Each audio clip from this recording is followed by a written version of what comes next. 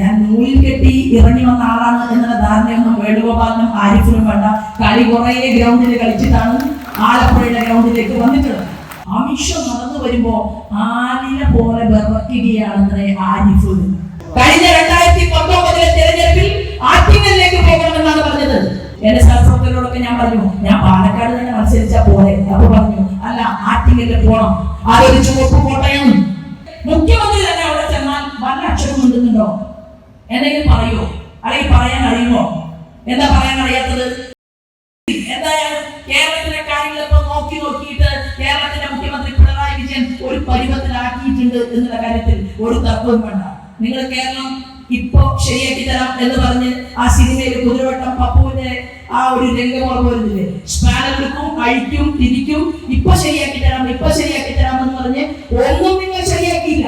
നിങ്ങൾ നിങ്ങളുടെ കുടുംബത്തെ ശരിയാക്കി, നിങ്ങൾ നിങ്ങളുടെ ബന്ധുക്കളെ ശരിയാക്കി, നിങ്ങൾ നിങ്ങളുടെ മകളെ ശരിയാക്കി, നിങ്ങൾ നിങ്ങളുടെ മരുമകനെ ശരിയാക്കി, നിങ്ങൾ നിങ്ങളുടെ മരുമകന്റെ അമ്മായിയച്ഛനെയും ശരിയാക്കി, മുന്നപ്പണം ഉണ്ടാക്കി. പക്ഷെ പാവപ്പെട്ടവർ നരകയാതന അനുഭവിച്ചുകൊണ്ട് കേരളത്തിന്റെ മണ്ണിൽ മുന്നോട്ട് പോവുകയാണ്. ഇത് മനസ്സിലാക്കിയിട്ടുള്ള സഖാക്കന്മാർ, അവർക്ക് വേദനയുണ്ട്.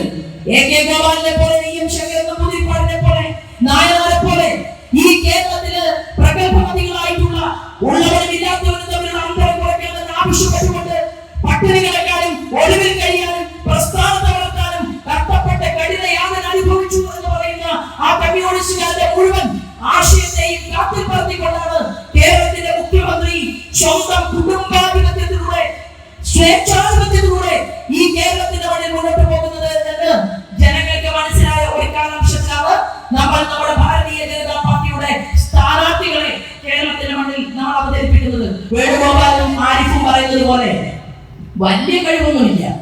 കാരണം ഞാൻ സ്വർണ്ണക്കരണ്ടിയുമായി ജനിച്ച ഒരാളല്ല. പഠിക്കാൻ പോകുന്ന കാലത്ത് +2 പഠിക്കുന്ന സമയത്താണ് ആദ്യമായിട്ട് ഞാൻ ഒരു പൊതുപരിപാടിയിൽ പ്രസംഗിക്കുന്നത്. അന്ന് എനിക്ക് 17 വയസ്സാണ്. ആ പൊതുപരിപാടിയിൽ എന്നെ രാജഗോപാൽജിയാണ് ആ പരിപാടിയിലേക്ക് വിളിച്ചുകൊണ്ട് പോകുന്നത്. ഞാൻ അനൗൺസ്മെന്റ് ചെയ്യുമായിരുന്നു. അന്ന് നിയമസഭാ തെരഞ്ഞെടുപ്പിൽ ജ്ഞാനാംബിക മേനോൻ എന്ന് പറയുന്ന ഒരമ്മ, അവർ വടക്കാഞ്ചേരിയിൽ മത്സരിക്കുന്ന സമയത്ത് എന്നോട് രാഷ്ട്രീയ സ്വയംസേവക സംഘത്തിന്റെ തലപ്പത്തുള്ള ഒരാൾ ഒരു പേപ്പറിൽ കുറച്ച് വരികൾ എഴുതി തന്നിട്ട് പറഞ്ഞു, ഇതൊന്ന് മോള് അനൗൺസ്മെന്റ് ചെയ്യണം. ഞാൻ വണ്ടിയിൽ കയറിയിരുന്നു. എനിക്ക് പേടിയൊന്നും തോന്നിയില്ല. കാരണം എന്താണ്, ഞാൻ ബാലഗോകുലത്തിലൂടെ കടന്നു വന്ന ഒരാളാണ്. അപ്പൊ എനിക്ക് വളരെ പരിചിതനായിട്ടുള്ള ആളാണ് ആ സഹോദരൻ ചന്ദ്രേട്ടൻ. അപ്പൊ ചന്ദ്രേട്ടൻ പറഞ്ഞു, ശോഭ ഇതൊന്ന് അനൗൺസ് ചെയ്യണം. ഞാൻ അത് അനൗൺസ് ചെയ്യാൻ തുടങ്ങി. കുറച്ചു കഴിഞ്ഞപ്പോ അംബിക ചേച്ചി പറഞ്ഞു, ബാലഗോകുലത്തില് ക്ലാസ് എടുക്കുന്നുണ്ടല്ലോ, കഥ പറയുന്നുണ്ടല്ലോ, സംസ്കൃത ശ്ലോകങ്ങൾ ചൊല്ലുന്നുണ്ടല്ലോ, നാവറുകൾ പറയുന്നുണ്ടല്ലോ, എന്നാൽ പിന്നെ ഈ ജംഗ്ഷനിൽ ഒന്ന് പ്രസംഗിക്കണം എന്ന് പറഞ്ഞ് ആദ്യമായിട്ട് ഞാൻ പ്രസംഗിച്ചത് വടക്കാഞ്ചേരി നിയോജക മണ്ഡലത്തില് ഒരു ആ റോഡിൽ, അതായത് വ്യാസ കോളേജിലേക്ക് പോകുന്ന ഒരു വഴിയുണ്ട്, കുമ്പളങ്ങാട്. നിങ്ങൾക്ക് ഒരു പക്ഷെ അറിയില്ല.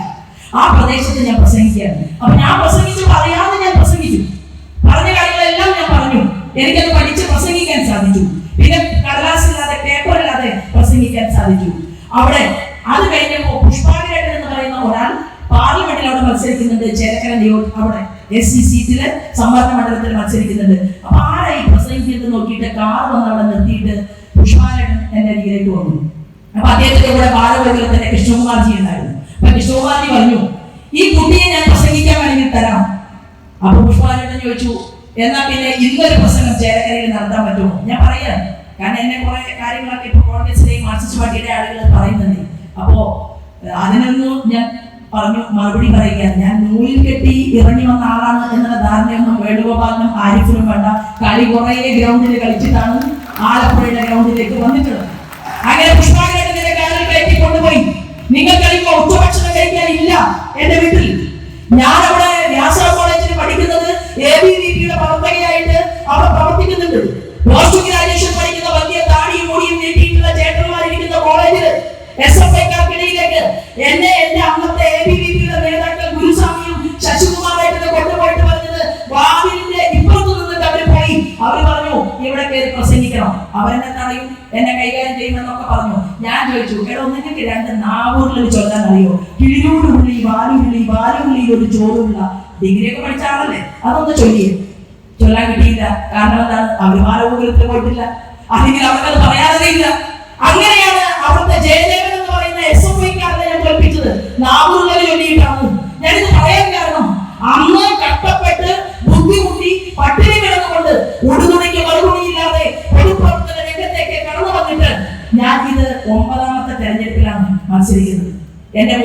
പാർലമെന്റ് തെരഞ്ഞെടുപ്പാണ്. യുവമോർച്ചയുടെ ഏത് സമരത്തിന് ശ്രീമാൻ സുരേന്ദ്രൻ നേതൃത്വം കൊടുത്തിട്ടുണ്ടോ ആ സമരത്തോടൊപ്പം എല്ലാം സുരേന്ദ്രനോടൊപ്പം സുരേന്ദ്രന്റെ അനുജത്തിയായി സഹോദരിയായി ഞാൻ ആ സമര പോരാട്ടത്തിൽ ഞാനും ശ്രീമാൻ എം ടി രമേശ് ഉൾപ്പെടെയുള്ള ആളുകളുണ്ട്. ഈ വേദിയിലിരിക്കുന്ന നിരവധി ആളുകൾ ആലപ്പുഴയിൽ നിന്നുണ്ടായി. ഞങ്ങൾ കഷ്ടപ്പെട്ട് കഠിനയാതന അനുഭവിച്ചിട്ട് തന്നെയാണ് ഈ പ്രസ്ഥാനത്തിലേക്ക് പ്രവർത്തിച്ചതും കടന്നു വന്നതും മുന്നോട്ട് വന്നതുമെങ്കിൽ അതിന്റെ ഊർജവും അതിന്റെ കരുത്തും പഴയ യുവമോർച്ച നേതാക്കന്മാർക്ക് ഉണ്ടാകും എന്നുള്ള ഒരു സൂചന അതിവിടെ പറയാൻ വേണ്ടി ഞാൻ ഇതിനെ ഉപയോഗപ്പെടുത്തി എന്ന് മാത്രമേ ഉള്ളൂ. എനിക്ക് പട്ടിണി കടന്ന് ജീവിച്ച് കടന്നു വന്ന എനിക്ക് പാലക്കാട് മത്സരിക്കാൻ പറഞ്ഞു. ഞാൻ പോയി. പാലക്കാട് 60,000 വോട്ടുണ്ടായിരുന്നു പാർലമെന്റില് 2014. ആ സമയത്ത് പാലക്കാട് തെരഞ്ഞെടുപ്പ് കഴിഞ്ഞപ്പോ പ്രിയപ്പെട്ട ആലപ്പുഴയിലെ ജനാധിപത്യ വിശ്വാസികളെ, നിങ്ങളുടെ സഹോദരിയായിട്ടുള്ള എനിക്ക് 60,000 വോട്ട് 1,38,650 വോട്ട് കിട്ടി. അതെന്റെ പ്രയത്നം കൊണ്ട് മാത്രമല്ല, എന്റെ സഹപ്രവർത്തകരുടെ പാർട്ടിയുടെ കഠിന വൃത്തം കൊണ്ടാണ്. അങ്ങനെയാണ് നമ്മളുടെ വോട്ട് വർദ്ധിക്കുന്നത്. അത് കഴിഞ്ഞ് തിരിച്ചു വന്നു. എന്നോട് ആവശ്യപ്പെട്ടു, കഴിഞ്ഞ 2019 തെരഞ്ഞെടുപ്പിൽ ആറ്റിങ്ങലിലേക്ക് പോകണമെന്നാണ് പറഞ്ഞത്. അപ്പൊ ഞാൻ ചോദിച്ചു, എന്റെ സഹപ്രവർത്തകരോടൊക്കെ ഞാൻ പറഞ്ഞു, ഞാൻ പാലക്കാട് തന്നെ മത്സരിച്ചാ പോലെ. അപ്പൊ പറഞ്ഞു, അല്ല, ആറ്റിങ്ങലിൽ പോണം. അതൊരു ചുവപ്പ് കോട്ടയാണ്. അത് അന്നൊരു വലിയ മാർക്സിസ്റ്റ് പാർട്ടിയുടെ പഴയകാല നേതാവൊക്കെ ജയിച്ചു അദ്ദേഹത്തിന്റെ മകൻ MP ആയി പലതവണ പാർലമെന്റിലേക്ക് പോയിട്ടുള്ള ഒരു കോട്ടയാണ്. ആ കോട്ടയിലേക്ക് തന്നെ പോകണം. അങ്ങനെ 90,000 വോട്ടുള്ള ആറ്റിങ്ങൽ പാർലമെന്റ് മണ്ഡലത്തിലേക്ക്, ആ കോട്ടയിലേക്ക് നിങ്ങളുടെ സഹോദരിയായ ശ്രീമാൻ സുരേന്ദ്രന്റെ സഹോദരിയായ ഇവിടെ ഇരിക്കുന്ന മുഴുവൻ ആളുകളുടെയും സഹോദരിയായിട്ടുള്ള ഞാൻ പോയപ്പോ 90,000 വോട്ട് എന്റെ പാർട്ടി കഠിന വ്രതവും കഠിന പ്രയത്നവും കൊണ്ട് നമുക്ക് കിട്ടിയത് 2,48,650 വോട്ടാണെങ്കിൽ, ഞാൻ പറഞ്ഞു വന്നത് ആലപ്പുഴയിലെ പാർലമെന്റ് മണ്ഡലത്തിൽ തീഷ്ണമായിട്ട് വോട്ട് വർദ്ധിക്കുകയും അതോടൊപ്പം നിങ്ങളുടെ സഹോദരിയായിട്ടുള്ള ഞാൻ വന്നാൽ എനിക്ക് കുറച്ച് വോട്ടുകൾ കൂടുതൽ തരുന്ന ഒരു സാഹചര്യം എല്ലാ പാർലമെന്റിലും ഉള്ളത് കൊണ്ട് ഇവർ പറയുന്ന കണക്കൊന്നും കണക്കല്ല. ഇവർ പറയുന്നത് എന്താണ്? ഇവർ പറയുന്നത് ഫ്ലക്സ് ബോർഡ് നോക്കി വോട്ട് ചെയ്യാനാണ്. ഇവർ പറയുന്നത് കേസി എവിടെയും കാണുന്നില്ല. കേസി നല്ലൊരു വണ്ടിയിൽ, വേണുഗോപാൽ നല്ലൊരു വണ്ടിയിൽ യാത്ര ചെയ്യുന്നുണ്ട് എന്ന് പലരും പറഞ്ഞു. പല തെരഞ്ഞെടുപ്പുകളിലും സ്ഥാനാർത്ഥികൾ അങ്ങോട്ടും ഇങ്ങോട്ടും ഒക്കെ കാണാൻ പതിവുണ്ട്. പക്ഷെ ഇവിടെ അതൊന്നും കാണാൻ സാധിക്കുന്നില്ല, കാണാൻ പറ്റില്ല. കാരണം 22 പേരുടെ പട്ടാളം അദ്ദേഹത്തെ എങ്ങനെ കോൺഗ്രസിൽ നിന്ന് ഇല്ലായ്മ ചെയ്യണമെന്ന് ചിന്തിച്ചുകൊണ്ട് അതിനു വേണ്ടിയിട്ട് ഒരു ചെറിയ ടെറിട്ടറി ഉണ്ടാക്കി പ്രവർത്തിച്ചുകൊണ്ടിരിക്കുന്ന വാർത്തകൾ എല്ലാവരും കണ്ടു. അത് അവരുടെ വിഷയമാണ്, ഞാൻ അതിലേക്കൊന്നും കിടക്കുന്നില്ല. പക്ഷേ ഞാൻ പറയാൻ ആഗ്രഹിക്കുന്നത്, നമുക്ക് നമ്മുടെ സംസ്ഥാന അധ്യക്ഷൻ പറഞ്ഞതുപോലെ ഒരു കുഞ്ഞി താമര ആലപ്പുഴ പാർലമെന്റ് മണ്ഡലത്തിൽ നിന്ന് വിജയിക്കുമ്പോ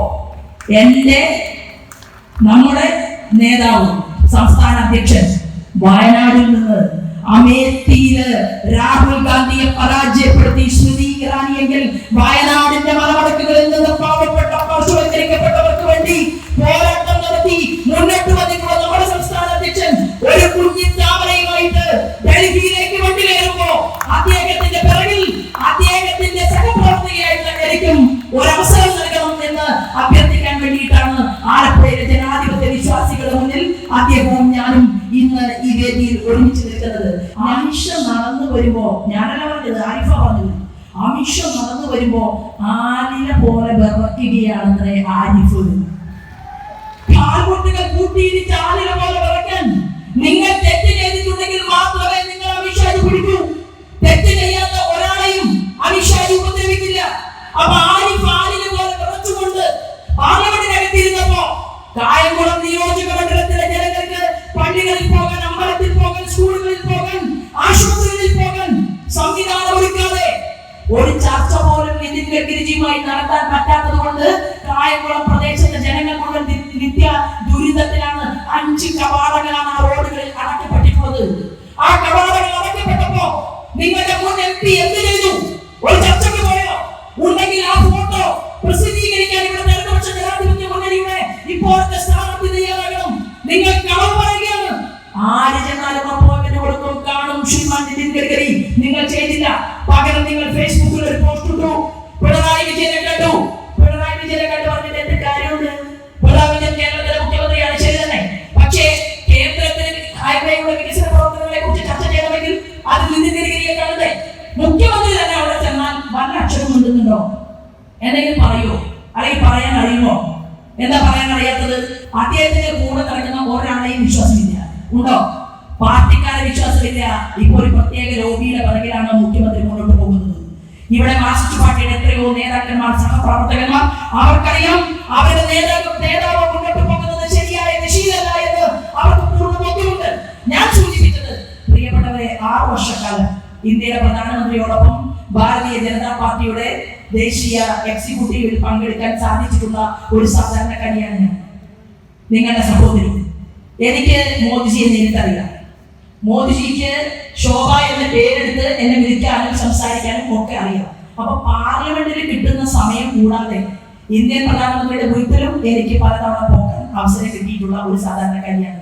അപ്പൊ പിന്നെ എന്തിനാണ് ആലിനെ പോലെ പറയുന്ന ആരിഫോ അല്ലെങ്കിൽ നമ്മുടെ മോദിജിക്കെതിരെ ഈ രാഹുൽ ഗാന്ധിയെ വഴിതെറ്റിക്കുന്ന വേണുഗോപാലോ പോണത്? ഞാൻ പോയ പോരെ ആലപ്പുഴക്കാരുടെ പ്രശ്നങ്ങൾ ചർച്ച ചെയ്യാൻ വേണ്ടിയിട്ട്? ഇതാണ് ഞാൻ ജനങ്ങളോട് ചോദിക്കുന്നത്. ഞങ്ങൾക്ക് ഏത് മന്ത്രിയെയും കാണുമല്ലോ. ഇപ്പൊ പറഞ്ഞില്ല അധ്യക്ഷൻ, ഫിഷറീസ് മേഖലയ്ക്ക് വലിയ പ്രശ്നങ്ങളുണ്ട്. നമുക്ക് ഹാർബർ വേണം. നമുക്ക് കാണാൻ പോകേണ്ടത് ക്യാബിനറ്റ് മിനിസ്റ്ററെ. നമുക്ക് പോയിക്കൂടെ? അവിടെ ചെന്ന് കാല് പിടിക്കാമല്ലോ. ആലപ്പുഴ പാർലമെന്റിലെ ജനങ്ങൾ എന്നെ വിജയിപ്പിച്ചിട്ടുണ്ട്. ഞാൻ പാവപ്പെട്ടവരുടെ പ്രതിനിധിയാണ്. ഞാനും കഞ്ഞി കുടിക്കാൻ വഴിയില്ലാതെ കടന്നു വന്ന ഒരാളാണ്. അതിനർത്ഥം നമുക്ക് ടെക്നോളജിയെ കുറിച്ച് ധാരണയില്ല എന്നല്ല. നമുക്കറിയാം സൂര്യനിൽ പോയി പൊട്ടുകുത്തുന്ന പേടകം വരെ സൃഷ്ടിച്ചെടുക്കാൻ സാധിക്കുന്ന ടെക്നോളജിസ്റ്റുകളെ വളർത്തിയെടുക്കുന്ന ഇൻസ്റ്റിറ്റ്യൂട്ടുകളെ കുറിച്ച് അത്ര വലിയ അറിവ് പഠിപ്പിക്കില്ലെങ്കിൽ ഞങ്ങളൊക്കെ എന്താ ചെയ്യാന്നറിയോ? ഞങ്ങള് അതിലൊരു ജനസഭ വിളിക്കും. ഒരാളെന്നോട് ചോദിക്കുകയാണ്, അതായത് പാർലമെന്റിൽ പോയി കഴിഞ്ഞാൽ പാർലമെന്റിലെ ശാസ്ത്രീയമായ കാര്യങ്ങൾ പറയാൻ. അപ്പൊ ഞാൻ പറഞ്ഞു, ഞാനൊരു കൂലിപ്പണിക്കാരിയുടെ കല്യാണിയമ്മയുടെ മകളാണ്. കല്യാണി എന്നാണ് എൻ്റെ അമ്മയുടെ പേര്. സാധാരണ ഒരു പാവപ്പെട്ട സ്ത്രീയാണ്. പക്ഷെ ഞാൻ എൻ്റെ മകനെ ശാസ്ത്രജ്ഞനാക്കി. എന്റെ കഴിവുകൊണ്ടല്ല. നിങ്ങളെപ്പോലെ നിങ്ങളിൽ പലരും അമ്മമാരാണ് കുട്ടികൾക്ക് വീട്ടിൽ ഭക്ഷണം കൊടുക്കുന്നത്, അല്ലെ? എനിക്ക് എൻ്റെ മകനെ 6 മാസം മാത്രമാണ് എനിക്ക് മര്യാദയ്ക്ക് നോക്കാൻ പറ്റിയിട്ടുള്ളത്. 6 മാസം കഴിഞ്ഞപ്പോൾ എൻ്റെ പണി പ്രസംഗമാണ്. ഞാൻ ഇന്നും ഓർക്കുകയാണ്, മലപ്പുറം ജില്ലയിൽ എൻ്റെ പ്രവർത്തകരോട് ഞാൻ പറയുകയാണ്, മലപ്പുറം ജില്ലയിലെ ബേബിയെടുത്തിയാണ് മഹിളാ മോർച്ചയുടെ അന്നത്തെ വലിയ നേതാവാണ് ബേബിയെടുത്തി. ആ ബേബിയെടുത്തിയാണ് എൻ്റെ മകനെ വഴിയിൽ വെക്കുക. എന്നിട്ട് ഞാൻ പ്രസംഗിക്കാൻ വേണ്ടി കയറിയാണ്. 20 മിനിറ്റ് കൊണ്ട് വരാമെന്ന് പറഞ്ഞ് ബേബിയെടുത്തിയുടെ അരികിൽ നിന്ന് പോയാൽ 1.5 മണിക്കൂർ കഴിഞ്ഞാലും മൈക്ക് താഴെ വെക്കാൻ അറിയാത്ത ഒരാളായിരുന്നു ഞാൻ. അപ്പൊ എന്റെ മക്കളെ ഞാൻ നന്നായിട്ട് അവർക്ക് സമയം കൊടുത്തത് കൊണ്ട് ഒന്നുമല്ല, അവർ കഷ്ടപ്പെട്ടു, അവർ പഠിച്ചു. ഒരാളുടെ മുന്നിലും അവർക്ക് വേണ്ടിയിട്ട് ഒരു അഡ്മിഷന് വേണ്ടിയിട്ടോ ഒരു ജോലിക്ക് വേണ്ടിയിട്ടോ കാത്തുകെട്ടി കിടക്കേണ്ടാത്ത ഒരു സാഹചര്യം ഉണ്ടായെങ്കിൽ ഞാൻ അവരോട് പറഞ്ഞു, ടെക്നോളജി ഒക്കെ പഠിപ്പിക്കാനായിട്ട് ഒരു 100 IIT കുട്ടികളെ ഞങ്ങൾക്ക് വേണം. ഭാരതീയ ജനതാ പാർട്ടിയെ വളർത്താൻ. കാരണം നിങ്ങളെയൊക്കെ കഷ്ടപ്പെട്ട് ഞങ്ങൾ പഠിപ്പിച്ചിട്ടുണ്ടെങ്കിൽ ഈ ഇരിക്കുന്ന മുഴുവൻ ആളുകളുടെയും വീടുകളിലേക്ക് ഞാൻ നോക്കിയപ്പോ എല്ലാവരും 1ാം തരം വിദ്യാഭ്യാസം നേടിയ ആളുകളാണ്. അവരെല്ലാവരും നമ്മുടെ പിറകിൽ ശക്തിയായിട്ടുണ്ട്. കേരളത്തിൽ എത്ര ടെക്നോളജി അറിയുന്ന ആളുകൾ വേണം? ആലപ്പുഴയ്ക്ക് എന്താണ് പ്രകടന പത്രിക വേണ്ടത്? ആലപ്പുഴക്കാർക്ക് വേണ്ടി എന്തെല്ലാമാണ് ചെയ്യേണ്ടത്? അത് സയന്റിഫിക് ആയിട്ട് വേണമോ? അത് അഗ്രികൾച്ചർ മേഖലയിൽ വേണമോ? എല്ലാം പരിശോധിക്കാനും പഠിക്കാനും ഒക്കെ കഴിവും പ്രാപ്തിയുമുള്ള ആളുകൾ നമ്മളോടൊപ്പം ഉണ്ട് എന്ന് ഞാൻ ഇവിടുത്തെ സാധാരണക്കാരോട് പറയാൻ ആഗ്രഹിക്കുകയാണ്. എന്റെ പാർലമെന്റിൽ നിന്ന് നിങ്ങൾ എന്നെ അനുഗ്രഹിച്ച് വിജയിപ്പിക്കുമ്പോൾ ശോഭാ സുരേന്ദ്രൻ ഒരാളായിട്ട് ഇങ്ങനെ നിൽക്കുമ്പോൾ എന്നോടൊപ്പം നിൽക്കുക ജനസഭയായിരിക്കും. ആ ജനസഭയിൽ ആലപ്പുഴ പാർലമെന്റ് മണ്ഡലത്തിലെ ജനങ്ങളെ വിളിച്ചു ചേർത്തുകൊണ്ട് എല്ലാ മേഖലയിലെയും ആളുകൾ വന്നിരുന്നുകൊണ്ട് എങ്ങനെ ശോഭാ സുരേന്ദ്രൻ എന്ന് പറയുന്ന MP പ്രവർത്തിക്കണം, മുന്നോട്ട് പോകണമെന്ന് ആലപ്പുഴ പാർലമെന്റ് മണ്ഡലത്തിലെ കർഷകൻ മുതൽ ശാസ്ത്രജ്ഞൻ വരെയുള്ള ആളുകൾ നമ്മോട് പറയും. അതിനനുസരിച്ചായിരിക്കും നമ്മൾ ആലപ്പുഴ പാർലമെന്റ് മണ്ഡലത്തിലെ ജനങ്ങൾക്ക് വേണ്ടി പ്രവർത്തിക്കുക. പിന്തിരിഞ്ഞ് നമ്മൾ എന്തായാലും നിൽക്കുകയില്ല, പിന്നോട്ട് പോകുകയില്ല എന്ന് സൂചന നൽകാൻ ഈ അവസരത്തെ ഉപയോഗപ്പെടുത്തുകയാണ്. ഞാൻ ദീർഘമായിട്ട് കൂടുതലൊന്നും സംസാരിക്കുന്നില്ല.